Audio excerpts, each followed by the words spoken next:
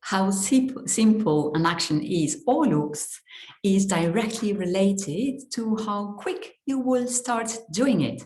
True or false?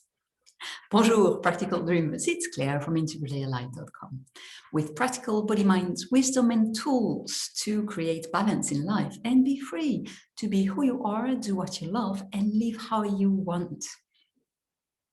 Years ago, when I was still training for body, mind, centering, a somatic movement practice, at some point we were exposed to an exercise and we were explaining this exercise, and it felt to me like, guys, is it really why I'm paying you hundreds of euros a day?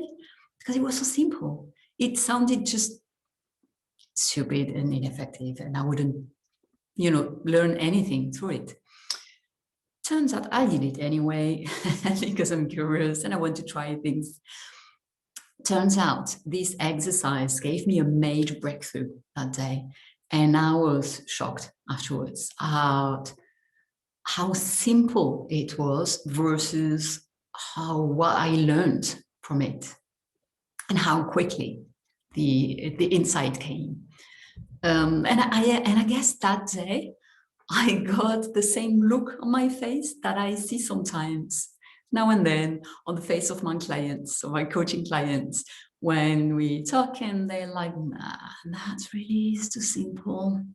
The kind of too good to be true look, especially if they are in their heads a lot, because we love complex. Rational mind loves complex things because it looks serious, it looks reassuring, it looks like, oh, all these steps and it's logical and it will be effective because it's very logical in the outlook. And I have to say, another thing is sometimes it can be painful to face that the solution was so simple. But somewhere in our mind, it's like, oh God, if it was so simple, why didn't do it already? And sometimes it is just because we believe that wouldn't work. It is too simple. I've seen that happen more than once, and I know it to be true in my life too. But again and again and again, in my life, in my coaching sessions with my clients, I am seeing that simple is what helps us move. In so many ways, if you're stuck, don't look for a 10-step process. Simplify it, make it simple and easy to start moving, because the most important moment is the start. That's when it goes from one state to the other one. That's when it goes from 0 to 1. And that's the harder moment. Going from 1 to 100 is much easier. But going from 0 to 1, that's the change, that's the moment of change. And look at habits changing. What works is taking away the resistance to change, because most often than not, it's not that difficult the habit in itself is not that difficult, but oh my God, the resistance. Oh yeah, that's another story. So simple is the answer for that. So look at somewhere where maybe you're stuck or you want to take an action, but it just doesn't happen. And look at how complex, not so much maybe the situation is, but the action you should take or you think you should take. How complex does it look? Is it some kind of 10-step procedures? What does it look like? How could I simplify it so that you ease the action taking? So there's a few ways you could go with that. You could ask yourself, well, what is the next smallest action you could take? But first, before we continue, let me just make a point here. There is no small thing. Like often we also dismiss, oh, this is too small, this is too simple. No small thing is to be dismissed. You don't know what is small. And again, making it small is what makes you go into action. Actually, I want to talk about it. I thought I didn't use this example, but it's a very good one. How did I get to meditate daily? I've been meditating daily for quite some time now, but at first it was a struggle.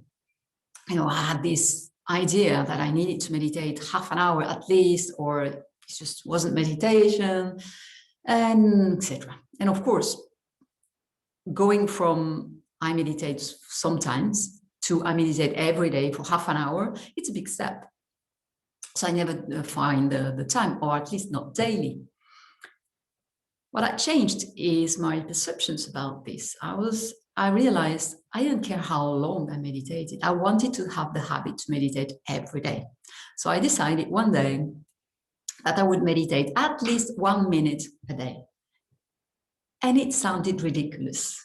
So I was like, 1 minute, really? Like, but the thing is, I never meditated 1 minute.